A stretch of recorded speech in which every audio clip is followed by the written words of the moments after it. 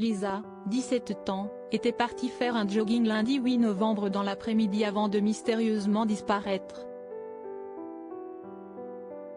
Après d'importants moyens déployés pour tenter de la retrouver, la jeune femme était réapparue mardi soir, dans un kebab de Sablé-sur-Sarthe. Elle avait affirmé avoir réussi à échapper à ses agresseurs. Très choquée, elle avait ensuite livré un récit peu clair aux enquêteurs. Selon Le Parisien, la joggeuse devrait être entendue à nouveau ce vendredi 12 novembre, par les agents en charge de l'enquête.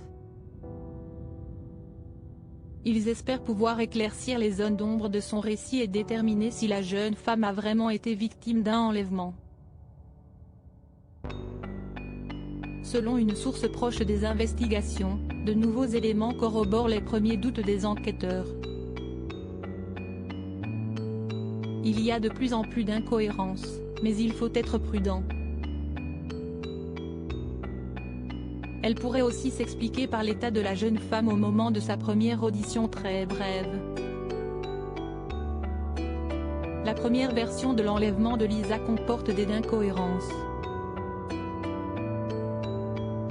Si les enquêteurs veulent réinterroger Lisa ce vendredi, s'y est-il avant tout pour vérifier sa version des faits.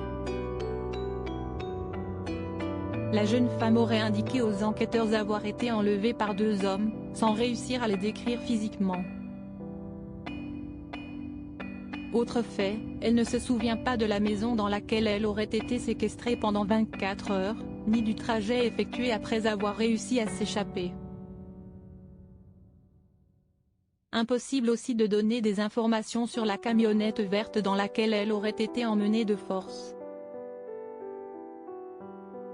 Ni les caméras de vidéosurveillance, ni les éventuels témoins n'ont pu identifier le véhicule décrit. Enfin, la jeune joggeuse qui n'aurait pas été victime de violences sexuelles aurait affirmé avoir été frappée. Une version remise en doute, ces légères blessures n'étant pas compatibles avec la violence décrite. Les gendarmes espèrent pouvoir en apprendre davantage maintenant que Lisa, décrite comme sportive et insérée, se serait remise de ses émotions.